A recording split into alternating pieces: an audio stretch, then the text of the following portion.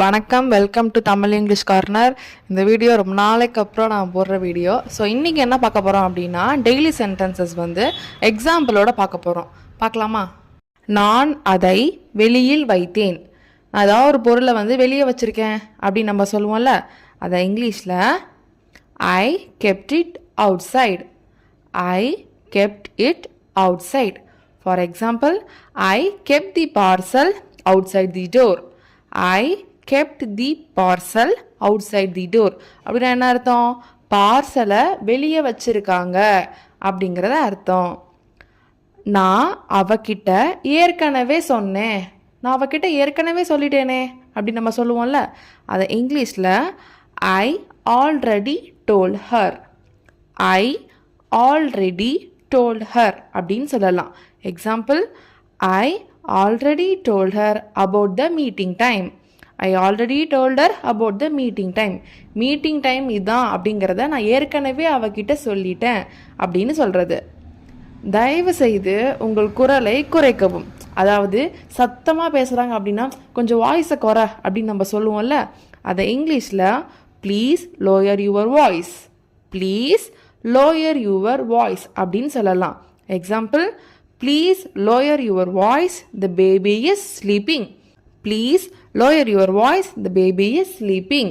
குழந்தை தூங்கிட்டு இருக்கு, உன் வாய்ஸை குறை அப்படின்னு அர்த்தம். நான் நடுவில் இருக்கிறேன்.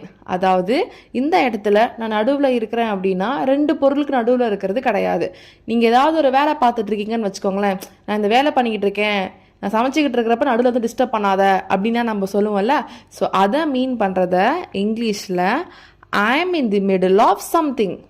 ஐ am in the middle of something. இந்த சம்திங் அப்படின்ற இடத்துக்கு பதிலாக நீங்கள் என்ன வேலை பார்த்துட்ருக்கீங்களோ அதை போடலாம். Example, I am in the middle of cooking dinner right now. I am in the middle of cooking dinner right now. என்ன பண்ணுறாங்களா? நைட்டு சாப்பாடுக்கு ரெடி பண்ணிட்டு இருக்காங்களா. நான் சமைச்சிக்கிட்டு இருக்கேன், சமையலுக்கு நடுவில் இருக்கிறேன் அப்படிங்கிற மீனிங். அவள் கதவை பூட்ட மறந்து விட்டாள். இது எல்லார் வீட்லேயும் அடிக்கடி நடக்கும். தெரியாமல் நம்ம என்ன பண்ணுவோம், கதவை பூட்டுறதுக்கு மறந்துடுவோம். அவள் கதவை பூட்ட மறந்துட்டாளாம் அப்படிங்கிறத she forgot to lock the door. she forgot to lock the door. மறந்து விட்டாள் அப்படின்னு முடிஞ்ச விஷயத்த இருக்குது, அதாவது past tense. அப்போது இந்த இடத்துல forget போடக்கூடாது, forgot அதுதான் போடணும். Example sentence, she forgot to lock the door when she left. She forgot to lock the door when she left. Left அப்படின்னா இடது அப்படின்ற அர்த்தம். இன்னொரு மீனிங் என்ன அப்படின்னா போகிறதுன்னு அர்த்தம். லெஃப்ட் அப்படின்னா போகிறது அப்படின்ற மீனிங். அவள் போகிறப்ப என்ன பண்ணிட்டாலாம், அந்த டோரை லாக் பண்ண மறந்துட்டாலாம்.